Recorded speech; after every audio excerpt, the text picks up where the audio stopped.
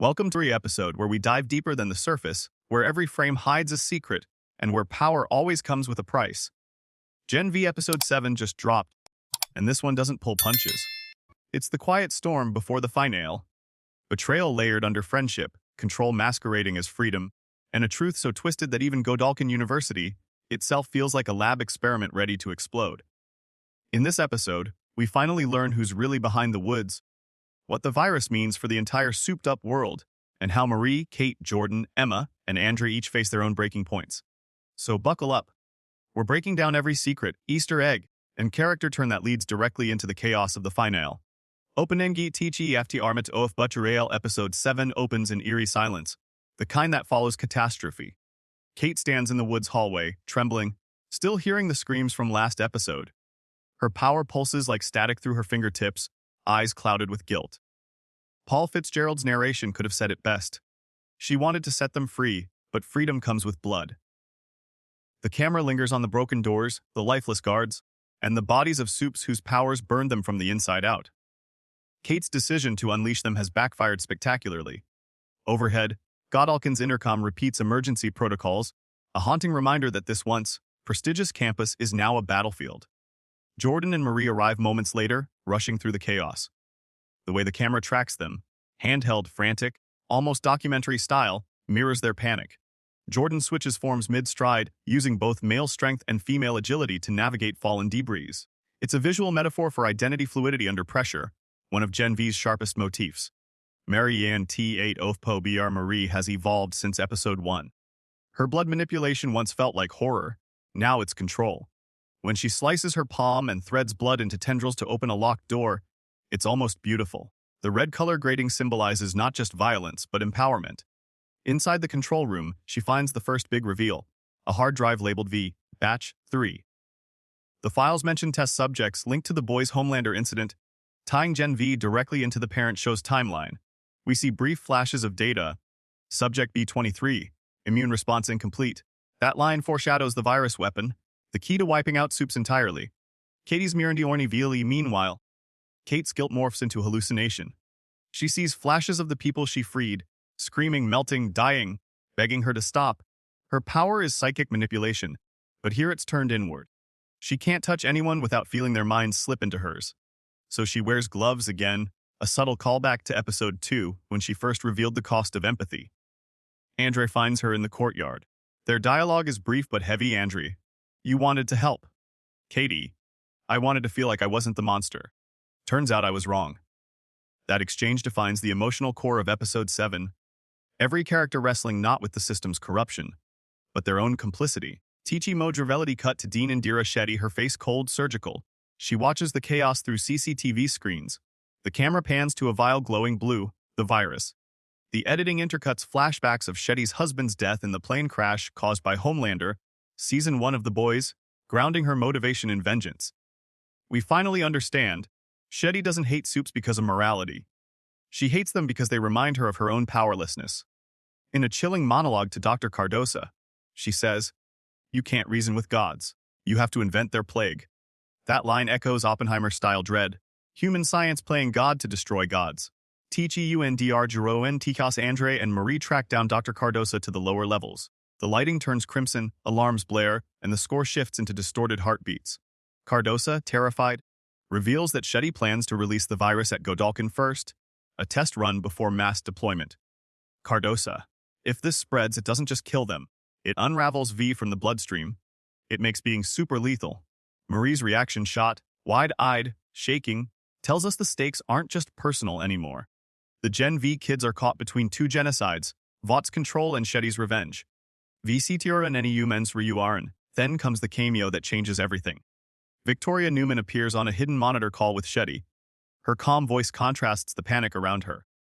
She thanks Shetty for the research and promises to handle the rest in Washington. For viewers of The Boys, that's a bombshell. Newman is secretly a soup with lethal head, popping powers, posing as a political reformer. Her alliance with Shetty shows the virus isn't just a weapon. It's a power tool for control at the highest level. The shot lingers on Shetty's smirk as she ends the call. That smirk? The same kind we've seen on Homelander. A god complex mirrored in human form. E-Star EGS and D2IL's file G24 on Shetty's desk briefly shows the name Soldier Boy DNA sequence, linking back to The Boys Season 3. Marie's dorm whiteboard has "Blood equals truth" scribbled, a meta-nod to her arc about honesty through violence. Emma's TV clip in the background plays Dawn of the 7-2, confirming Vought's propaganda machine still running. Campus banners reading Future of Vought foreshadow a takeover, possibly by Newman or Homelander. Shieshra star Tuarani EMA's Rebelo and Emma's storyline continues to evolve quietly but powerfully. After shrinking to infiltrate the woods last episode, she's now suffering from exhaustion and body dysmorphia. The show uses her shrinking ability as metaphor for self-erasure, doing whatever it takes to feel seen. Her confrontation with Sam, the super, strong but traumatized lab victim, is heartbreaking. Sam believes freedom means destruction, Emma believes it means healing. Their dialogue cracks the theme wide open. Emma: "If we kill everyone, we're no better than them." Sam like, "At least they'll see us before they die." It's a chilling echo of vengeance cycles, another mirror to Shetty's motivations. Menti, episode x TT Messasari halfway through. Episode 7 hits its visual peak, the escaped soups attacking the campus. Students run in panic. The cinematography shifts to long tracking shots, reminiscent of Children of Men. A pyrokinetic burns through classrooms. A telepath screams until heads explode. Vought security drones fly overhead, recording every death. The company's PR narrative already in motion. Jordan and Marie coordinate a defense while Kate, still fractured, tries to stop the killing mentally. She reaches into multiple minds at once, pleading, "Stop, please, I'm sorry." But her power backfires, knocking her unconscious. The sequence lasts almost 5 minutes, brutal, chaotic, and emotionally draining. After as the dust settles, Andre cradles Kate's body while Marie surveys the ruins. In the background, Vought choppers arrive, not to save, but to sanitize. A news anchor's voice echoes through a television. Godolkin University has experienced a containment breach. Vought assures the public that no civilians were harmed. We see the irony. The entire campus is dead silent. The final shot of the episode. Marie standing on the roof, staring at the skyline of Vought Tower in the distance. Blood drips from her hands as she clenches her fist, the camera pulling back to reveal the city. Unaware of the virus about to change everything. Fade to black.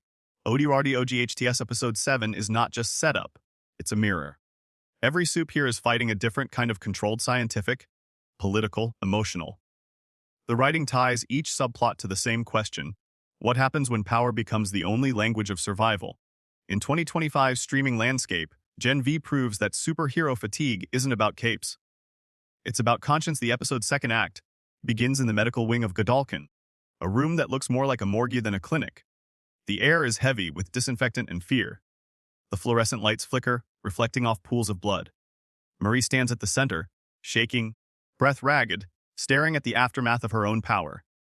She's saved people, yes, but she's also killed. That duality defines her character arc. Every drop of blood she controls reminds her that she's both healer and weapon. Behind her, Andrew paces in silence, the strain of leadership written across his face. "Andre, we can't keep patching holes. The whole place is collapsing." Marie, "Then let it collapse." "Andre, that's not what heroes do." Marie, "Heroes don't exist here, Andre. Just survivors."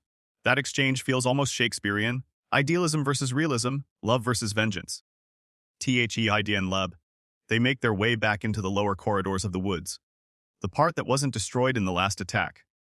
This section is new, a maze of concrete and humming machines, a sterile nightmare. The camera pans across test tubes labeled with serial codes B12 G37C09. For fans of The Boys, these labels are Easter eggs. B12 refers to Compound V Batch 12, the same line used for Soldier Boy's failed resurrection experiment. Marie spots something on a terminal, footage of Sam in a containment cell. He's screaming, tearing at the walls, veins glowing blue. But what's chilling isn't his rage, it's the voice behind the intercom. Dean Shetty's. Shetty on speaker. "Pain teaches discipline, Samuel. You must thank me."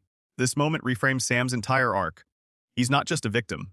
He's a manufactured weapon built to test emotional triggers. Sam and Kal Isowan cut to the quad. The chaos outside hasn't stopped.